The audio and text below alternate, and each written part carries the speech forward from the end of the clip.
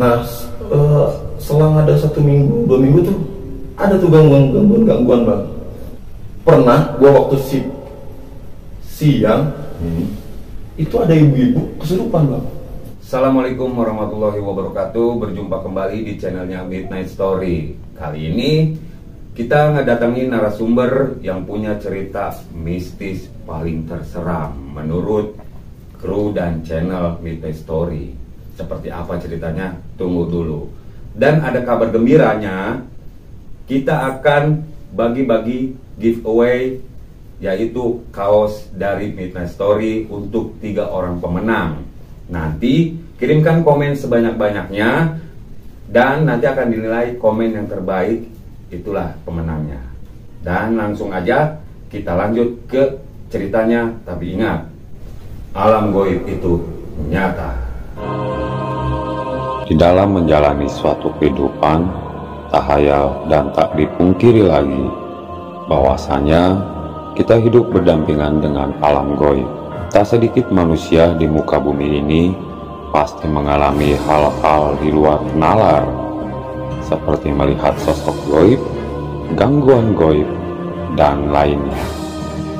Eksistensi makhluk goib memang tidak pandang bulu dalam menampakkan sosoknya. Di channel ini akan berbagi sebuah cerita yang pernah dirasakan oleh para narasumber dari berbagai kalangan.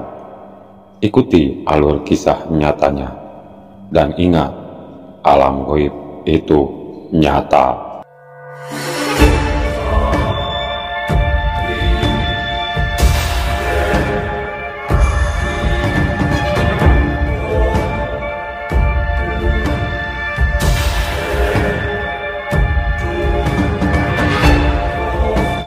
Jadi waktu tahun 2018 lalu itu kan gue pernah kerja di satu perusahaan tekstil bang.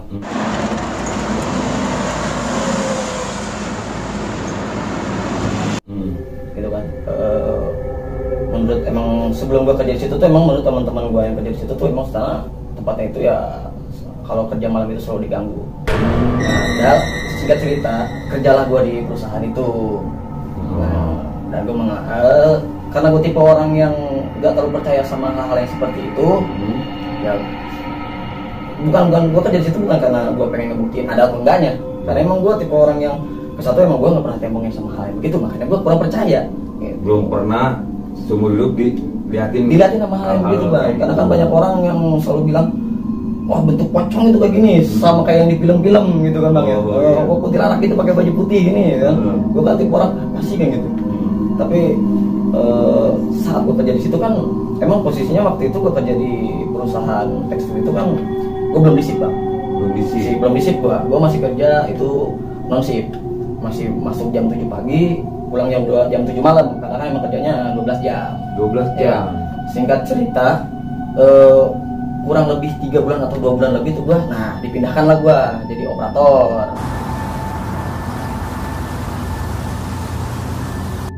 Saat itu disitulah gue dapet kerja shift malam nih, dapet kerja shift malam dan gue jadi operator. Nah selang ada 1 minggu 2 minggu tuh ada tuh gangguan kayak ya entah itu kayak nimpuk batu-batu atau gamma, karena gue kan mikir positifnya binatang kali atau apa. Karena lu ya nggak percaya lah. Karena gue nggak percaya. Masih mikirnya itu mah apa gitu. Itu mah orang gitu ya itu begitu. Mungkin gue berpikir positif lah. Sampai yang kerja sama gue kan cewek-cewek itu kan kalau tiap malam itu selalu bilang temenin di depan gitu kan. Karena emang si posisi mesin yang cewek kerja itu sama pintu luar itu kelihatan bang. Karena emang si pabrik itu tuh di tengah-tengah apa ya? Kalau orang Sunda bilang itu tengah-tengah kebun bang. Tengah-tengah kebun. Lokasi pabrik itu. Lokasi pabrik itu.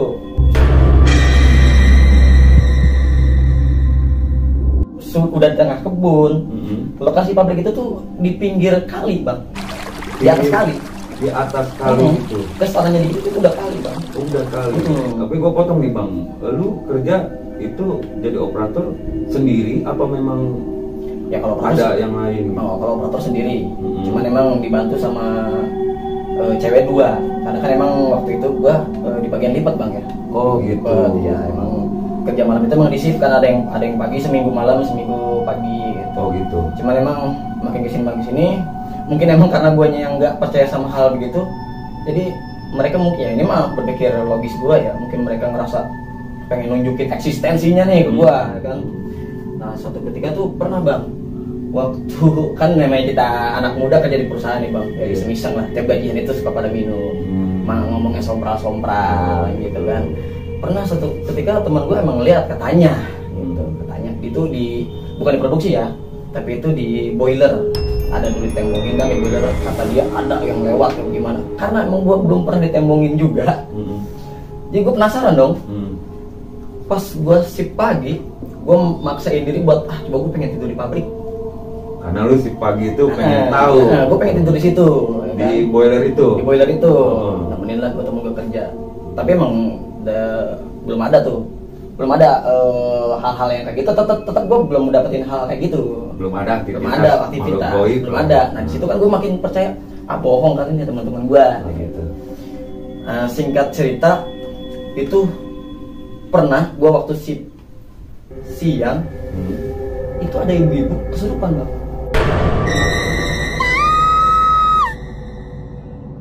Siang-siang kesurupan. Itu siang-siang kesurupan. Kan kalau setahunya gue itu kan ya, ini kita agak melenceng dikit bang ya. Kan kalau dari segi agama itu kan katanya nggak ada setan atau orang udah mati itu bisa masuk raga orang. Katanya kecuali mungkin jin kurinnya atau gimana gitu. Sampai itu kesurupan minta kopi lah apa segala gitu, sampai bilang minta kepala kambing lah, kepala kerbau lah gitu. Ternyata yang setelah gue cari tahu di perusahaan itu, ternyata di situ tuh ada sesajen bang. Ternyata di perusahaan itu tuh sudah dibiasakan dikasih sesajen. Sudah dibiasakan kegiatan itu ada sesajen untuk katanya sih untuk kayak menghargai yang ada di sana. Itu lu baru tahu itu? Baru tahu itu gue setelah gue kerja sekitar mungkin 4 bulan, karena kan gue jadi operator di sana itu kira-kira 2 bulan sampai 3 bulan tuh baru gue dapat jadi operator untuk bisa kerja shift malam gitu kan. Nah singkat cerita, ketika gue jaga shift malam, kerja shift malam, emang kan kondisinya kan waktu itu hujan bang.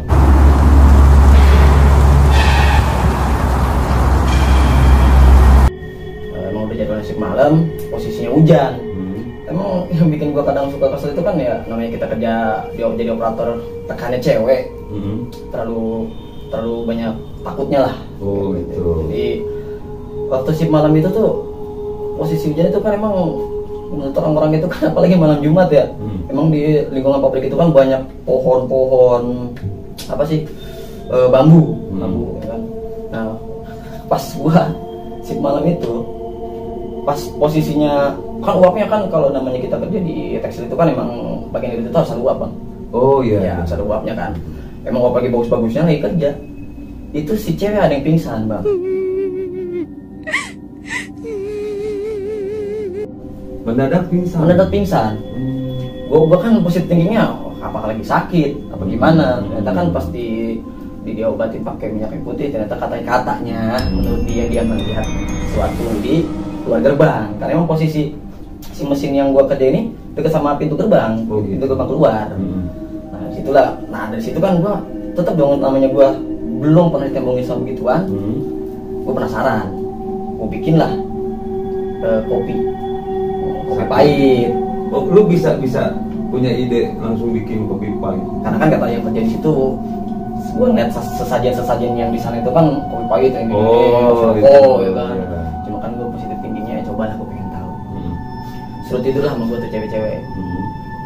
Dan yang gue bikin gak habis pikir, pas gue bikin kopi itu tuh emang ada bunyi-bunyi kayak orang-orang lari, anak-anak kecil lari. Itu yang lu dengar? Yang gue dengar, emang kelebatan sih. Ekor mata gue kadang kalau lagi kerja, kan cewek-cewek itu sama gue suruh tidur ya. Gue kerja sendiri kan jadi operator.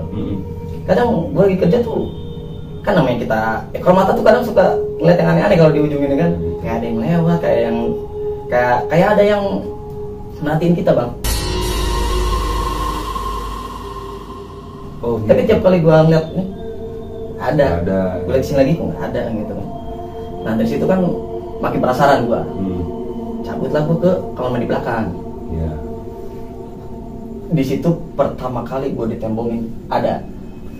Itu di belakang boiler bang. Yang teman-teman gue sering bilang di boiler tuh, oh itu yang dekat stadion itu, apa hati-hati kalau malam lagi malam Jumat. Tuh bisa lu, gue potong bang, lu bisa sebutin nggak posisi kamar mandi itu seperti apa posisi? Jadi kan kamar mandinya emang di belakang banget bang. Kalau shift malam itu kan emang nggak banyak orang yang make ya. Cuman kan karena emang gue tipe orang ke satu ya itu yang tadi gue bilang, gue nggak terlalu percaya sama begituan. Jadi ketika gue mau ke tempat sepi gimana pun ya buat pas itu tingginya ya, yang gitu nggak ada. Nah pas gue bukan memberanikan diri ya, karena emang kita pengen mules kan, pengen buang air besar. Salah gue, ternyata pas itu air di toren itu banyak bang, tapi pas gue kocorin air itu kan nggak keluar. Gue pikir pas gue masih tinggi lagi nih, mungkin mampet kali, atau gimana? Nah itu gue ke toren atas. Lu mastiin kalau air itu ada. Atas, iya, matiin gue ke toren atas. Gue nggak tahu itu mungkin halusinasi gue atau emang bener itu ada. Pas gue naik ke atas toren itu ada kelebatan putih-putih. Kelebatan putih di depan lu. Pas gue mau naik ke atas toren ya. Oh itu tadinya gue mau naik ke atas toren, gue nggak jadi. Nggak jadi. Tapi teman gue akhirnya yang naik ke atas. Oh gitu. Karena mungkin ya kan gue pikir kan dia kan jadi boiler itu kan udah biasa. Udah biasa nemuin begituan lah. Oh, gitu. Coba dong cek dong di atas, tadi gue ngeliat gini-gini. Tadinya teman gue nggak mau. Cuma pikir udah nggak ada kali kata gue gitu kan. Naik ke atas banyak kok airnya. Pas gue nyariin keluar bang airnya. Airnya langsung keluar. Airnya keluar. Gue pikir apa jahil apa karena gue nggak percaya sama hal gitu mereka jahil apa gimana gitu kan. Terus kan singkat ceritanya lagi kan kayak teman-teman gue juga emang kadang suka banyak yang ngejailin ya kayak di boiler gitu ya nggak cuman beberapa kali ke gue juga, kadang ke teman-teman gue juga kalau lagi shift malam kan. Apalagi kayak di boiler itu kan emang tempatnya walaupun boiler itu kan tapi di belakang itu lembab bang. Lembab. Kadang ya namanya kita lagi kerja kan kadang kalau malam itu kan ada sekelebatan gitu. Entah itu mungkin kelawar yang lewat atau apa, tapi kan namanya kita penglihatan itu kan kadang kita juga penasaran apa sih itu yang lewat kan gitu. Okay. Nah jadi singkat ceritanya lagi nih, jadi yang paling apa ya, bukan yang gok sih, maksudnya saudara gua tuh pernah sekali gua masukin saudara gua kerja di situ. Itu juga nggak kuat lama bang. Nggak kuat lama. Karena apa tuh bang? Pas kan gua masuk, dia minta kerjaan ke gua kan. Iya. Gua masukin lah ke perusahaan, ke pabrik tempat gua kerja. Iya kan. Ya, mungkin nggak harus gua sebut namanya ya. Iya. Dia 2 hari kerja itu dia berhenti bang, nggak kuat. Subuh itu malam itu dia pulang. Besoknya gua tanya sakit. Ada apa lu berhenti banget? Dia bilang gua nggak parah di sana.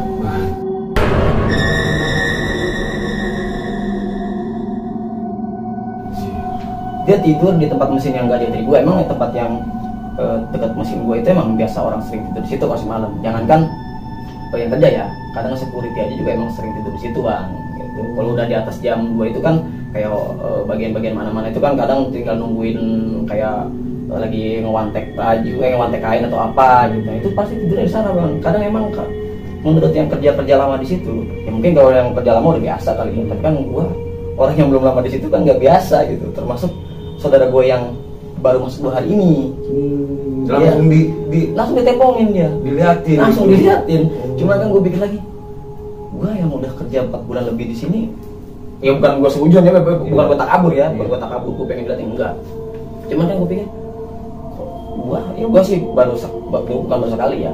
Ditembongin aja juga cuma sekelebatan kayak terbang ke atas kayak gitu. Cuman pas gue tanya ke saudara gue kenapa dia berhenti, biasanya juga dia sakit kan. Dia katanya ditolongin sama kepala, karena emang mitosnya juga kan dulu tuh pabrik itu tuh kan dulunya menurut warga yang ada di situ ya, orang-orang sepuh yang di situ ya, karena kan dari dulu gitu sebelum itu jadi pabrik itu kan emang kebun semua bang, kebun kosong, jadi emang dulu dikelola sama warga, jadi kayak di tanam gitu kan. Nah katanya menurut warga yang ada di situ kan dulu yang Belanda itu kan emang banyak orang-orang yang mungkin mengalami ilmu atau apa gitu kan ya. Di situ tuh ada kuburan rontek, jadi kuburan terpisah. Mungkin gue mikirnya mungkin karena banyak eksistensi makhluk-makhluk kayak gitu, mungkin emang karena itu seperti itu. Bahkan sampai sekarang juga sih emang kalau mau dibilang horor, emang jalur situ tuh emang jalur horor, jalur horor. Cuman ya gue juga nggak bisa nyebutin namanya ya. Jadi kan kalau udah apa menyangkut soal hal itu kan ini beda lah. Gitu. Ini balik lagi ke tempat gue kerja nih bang. Nah, emang kan kalau gobloknya teman-teman gue ini kadang memang kalau gajian itu kan suka pada minum-minum bang. Minum-minum. Kayak gajian, itu minum-minum, sompral lah ngomongin minum-minum lah, party lah kan. Partinya itu di mana? Di pabrik juga bang. Tololnya teman-teman gue gitu kadang. Party lah di situ. Akhirnya kan ya kita ngomong sombrak, ini tembongin besoknya sakit. Gitu. Termasuk gue juga. Ya gue kan mikir positifnya, aku mabuk halu kali gue. Ngeliatin gitu, apa sih gitu ya. Sampai akhirnya itu dulu gue pernah sekali-kali itu goks banget sih menurut gue ya. Jadi aduh bikin branding nih. Jadi gue pernah bang itu gue suatu malam itu tuh gue posisinya kerja. Karena itu emang habis dulu habis kita nerima gaji ya. Gue kerja, cewek-cewek kan emang itu udah jam 10 malam lah. 10 malam itu kan cewek kata gue udah belum ada uap, gue usah kerja dulu. Oh jadi maaf dipotong. Jadi perusahaan ini tergantung produksinya tergantung uap juga. Gitu? Iya, karena kan si boiler ini yang nyuplai uapnya bang. Oh gitu. Ya kalau si boiler ini uapnya belum nyampe ya nggak akan nyampe ke tempat gua. Karena produksinya tekstil. Karena apalagi bagian lipat kan emang harus uapnya itu harus cukup lah. Gak beda kayak kita misalkan nyetrika uap gitu bang. Nah itu tuh waktu itu tuh posisinya uap belum nyampe. Gua kan nyuruh cewek-cewek itu kan udah ke depan dulu. Gue mau keluar dulu nih beli martabak.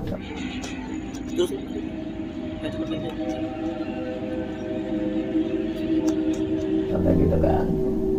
Emang waktu gue keluar itu si kan ada satpam ya bang ya. Gue waktu keluar keluar dari pabrik itu tuh, kan posisinya si satpam itu gak ketemu sama gue. Karena gue beda, dia masuk lewat pintu sebelah sana, gue keluar lewat pintu sebelah sini. Dia masuk lewat pintu utara, gue pintu timur. Beda. Makanya dia nggak papasan sama gua. Nah, singkat ceritanya, ketika gua nyampe lagi ke pabrik, disitulah satpam. Nah, sebelum kejadian ya, dia nanya ke si cewek, si Ogay kemana? Begitu. Gitu. Si Ogay keluar pak, keluar yang benar. Itu tadi ada si Ogay lagi kerja di mesin gitu kan. Orang Ogay lagi keluar sama si Iki gitu kan. Bilangnya beli martabak, yang benar loh tadi gua ngeliat dia ada di ini kok gimana di mesin lagi kerja sendirian gitu. Makanya gua keluar, kok si Ogi tinggalin sendirian gitu kan ke cewek-cewek yang situ.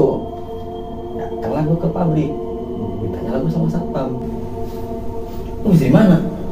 Bisa di luar pak.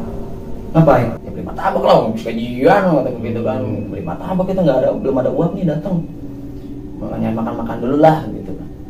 Terus pas dia bilang, yang bener orang gue ngeliat tuh tadi kerja di mesin. Nah itu bang menurut gue, karena kalau udah menyerupai gue itu kan, gue langsung ya kita sebagai manusia kan rasa takut ada bang. Iya. Apa gue berpikirnya apa ini gara-gara gue? Apa gara-gara gue nggak terlalu percaya sama hal itu? Apa karena gue ini mereka ngerasa, wah tak kabur gitu. Gue yakin nih, gue mikirnya ke situ. Pas singkat ceritanya pas gue satpam bilang begitu, kan besoknya gue langsung sakit bang. Gue langsung sakit itu, gue 2 hari sakit. Tetap dong dengan prinsip gue. Gue berpikir ya udahlah, gitu kan. Gue di sini kerja kok, gue nggak ganggu lu pada. Ya kalau emang gue ada sompral dikit, ya gue minta maaf lah. Bilang begitu kayak orang gila gue ngomong sendiri di pabrik, gue bilang begitu. Tapi gue potong lagi nih bang, lu pas sakit itu kan biasanya ya kalau umumnya orang melihat seperti itu kan ke bawah mimpi lah atau diteror lewat mimpi lah, lu gimana? Kalau teror lewat mimpi sih nggak ada ya. Nggak ada karena nggak tahu juga sih, mungkin gua jarang sih teror begitu sama mimpi, jarang bang. Nggak karena ada ya. Itu lagi balik lagi karena prinsip gua nggak percaya sama hal gituan. Tapi ketika pas gua lagi ada satu makhluk yang nyerupain gua, dan itu jadi tanda-tanya gua. Gitu. Ini siapa benar apa enggak gitu. Tapi kan gua juga nggak boleh takabur gitu kan. Gua di situ ya percaya nggak percaya lah. Nah beres itu gua sakit sampai 1 minggu, gua masuk lagi. Kan emang setelah gua masuk ternyata banyak kejadian buat teman-teman gua. Ada yang denger lari lah, ada yang ngembongin di, kan kalau tekstil itu kan emang dia lebih dominannya ke air ya bang. Iya. Kan biasanya orang-orang yang begitu doyan senang sama tempat-tempat yang lembab. Ada yang ngelihat di tempat penampungan air ada yang duduk lah, ada di boiler ada yang di atas lah, teman-teman yang ngelihat. Jadi semakin kesini gue lihat kok semakin jadi eksistensinya ya. Nah di situ kan gue merasa gue lama-lama kalau kayak gini gue nggak nyaman nih kerja begini nih gitu kan. Akhirnya kan singkat ceritanya kan gue dipindahin lagi lah ke bagian belakang. Karena gue bilang, Pak, saya nggak jangan di sini Pak, saya mau pindah aja Pak ke bagian belakang Pak, bagian potong kain aja kayak gitu. Ternyata gue salah milih. Ternyata di bagian potong itu lebih ngeri lagi bang, malah lebih parah lagi tuh di situ. Gitu. Tidur gue sampai dijailin, tidur gue sampai apa ya, kan kalau kita shift malam itu kan memang kalau kerja di perusahaan itu enaknya shift malam bang ya, bisa tidur lah gitu kan. Itu gue gak nyangka itu tidur di belakang itu kan ada beberapa satpam yang emang berani tidur di belakang. Ya, gue nyoba dong, atau sama aja udah gue berani, kok masa gue nggak berani gitu kan. Tapi itu karena memang perusahaan itu nggak terlalu ketat, nggak bisa tidur di perusahaan. Enggak, memang perusahaannya nggak terlalu ketat, karena emang kerjanya aja cuma ya itu hari lah pekerjaannya. Emang tekstilnya belum, perusahaannya belum gede-gede banget. Karena mungkin prosesnya memakan waktu yang memang lama. Kerjanya aja kan 12 jam, kayak gitu bang. Nah pas gue tidur di belakang itu, di mesin belakang itu gue kuat cuman sampai 2 minggu bang. 2 minggu lu 2 minggu itu 2 minggu bagian gue emang malam terus. Oh gitu. Bagian malam terus itu gue emang harusnya itu 2 minggu malam, itu 2 minggu gue kurang tidur. Takut ada gue mau minta pindah lagi nggak mungkin. Kan bukan gue yang punya perusahaan, gue pikir gitu kan. Masa gue minta enak banget, pasti pindah ke sini, pasti pindah ke sana, nggak mungkin. Cuman kan ya udahlah, gue coba aja terus ya gitu. Itu tiap malam bang, gangguannya ada aja, yang nimpuk lah, gue tidur ada yang ngegerem lah. Sampai beberapa kali ya, emang mungkin kondisi si pabrik itu deket sama kebun, terus deket juga sama apa? Aliran sungai juga kan. Jadi kadang juga ada ular lah kan. Kalau orang-orang yang lama kerja di situ kan katanya kalau ada ular nembungin, jangan dimatiin. Oh gitu. Iya. Cuma kan karena udah sering banget kan gua risih bang. Kesel lah. Ini ngapain sih nembungin dulu lah gitu. Tapi gue juga emang gak berani matiin juga. Cuma gue bilang, ayolah jangan ganggu gue di sini kerja gitu. Tapi sekali lagi sih itu, gue siapin lagi tuh kopi pahit lagi.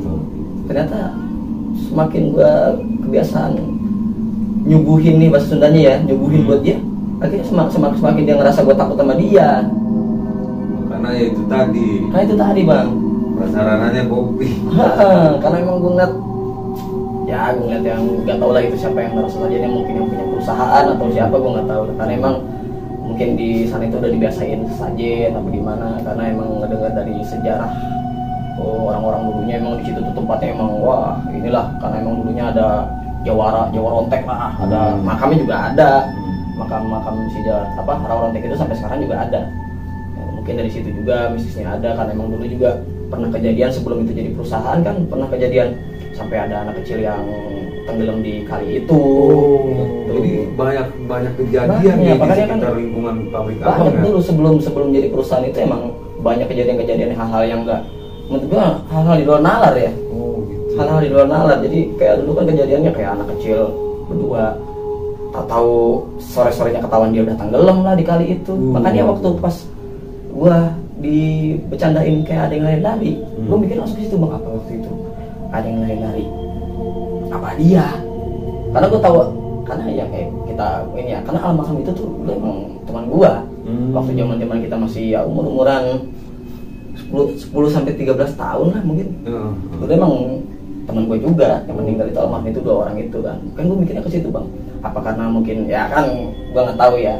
Apa mereka juga mau bercandain gue? Apa karena lu jadi sini nih, lu harus gue bercandain nih gini nih. Lu flashbacknya ingetnya jangan nih kan gitu bang. Cuman kan gue mikir ke situ lagi.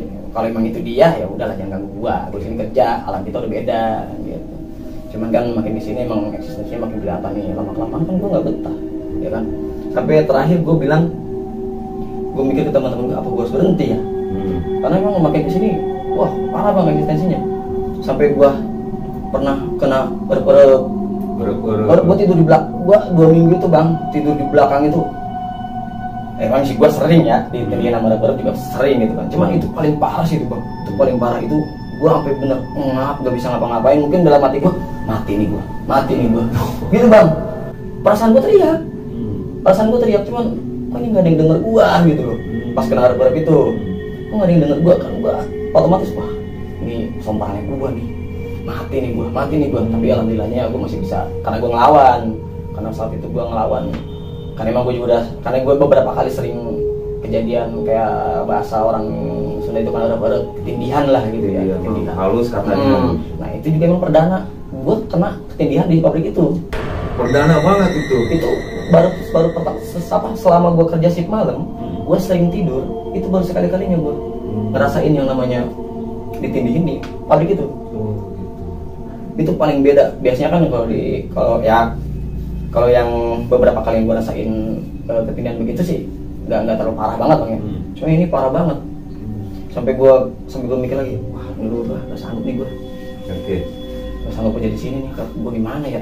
Jadi akhirnya gimana tuh? Ya kan gue berpikir lagi, sampai terakhir kali itu, sampai gue berhenti di pabrik itu, gue kena penyakit. Maksudnya? Gue kena sakit. Mungkin bisa searching Google ya. Dulu waktu gue sakit itu, gue searching itu, kena muka gue tuh pengen sebelah bang. Muka gue pengen sebelah, gue searching Google. Karena gue pikir kan, wah masa gue masih muda tuh, gitu kan. Pengen sebelah, gue cek di Google itu ternyata penyakit Bell palsy bang. Nah setelah gue kena penyakit kayak gitu, itu gue sakit sampai 1 bulan.